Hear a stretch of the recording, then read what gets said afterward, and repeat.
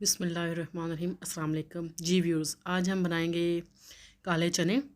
बहुत ही मज़ेदार बनते हैं।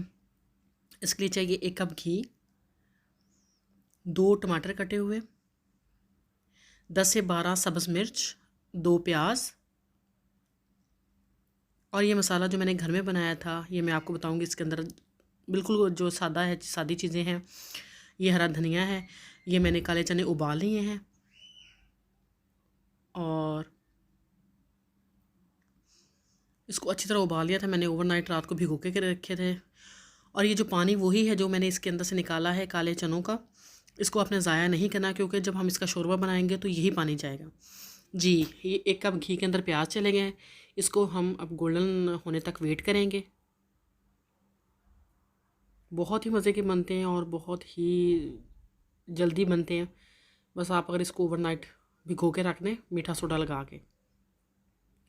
ये देखिए प्याज़ों का कलर चेंज हो गया है। इसके अंदर टमाटर और सब्ज़ मिर्च चली गई है।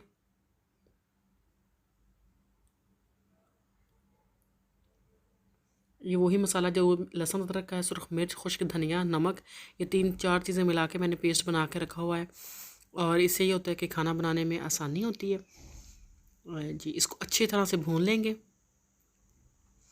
अच्छी तरह जब भून जाएगा तो ये देखें ये घी ऊपर आ गया है इसका बिल्कुल। ये इसकी जो है हमारे पास जो फ्राई होने के बाद जो शक्ल आई है। अब जो चने थे वो इसके अंदर डाल दिए सारे मैंने। अब इसको अच्छी तरह 5 से 10 मिनट तक के लिए इसको भून लेंगे अच्छी तरह।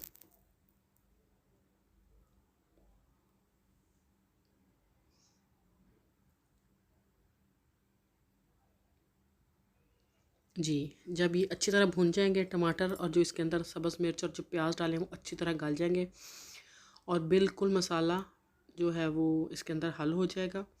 ये देखिए टमाटर और प्याज बिल्कुल इसके अंदर जो है वो मिक्स हो चुके हैं। अच्छी तरह से इसको भून लेंगे।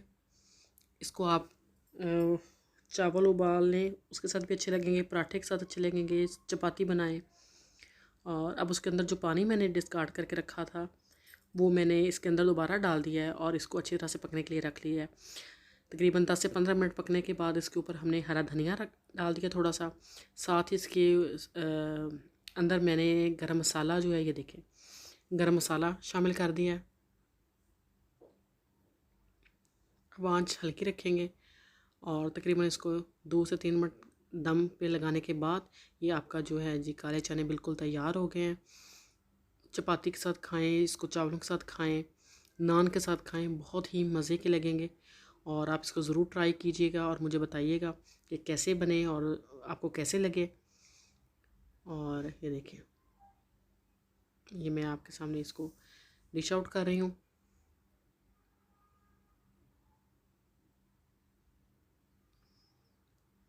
और जो पानी जो हमने इसमें से निकाला था जो उबलने के बाद उसी का शोरबा बनाया तो ये बहुत उसके अंदर से टेस्ट जिसका रिच होता हो जाता है इससे।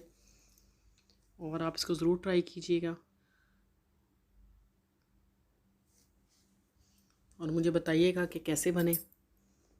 और अपना बहुत ख्याल रखिएगा, दुआओं में याद रखिएगा। और अगर आपको मेरी ये वीडियो पसंद आए तो इसको ज़रूर लाइक करें, सब्सक्राइब करें और शेयर करें। और अपना बहुत ख्याल रखिएगा और मेरी वीडियोस देखते रहें, लाइक करते रहें। और आपकी जो सपोर्ट है वो मेरा हौसला बढ़ाएगी। अल्लाह हाफ़िज़।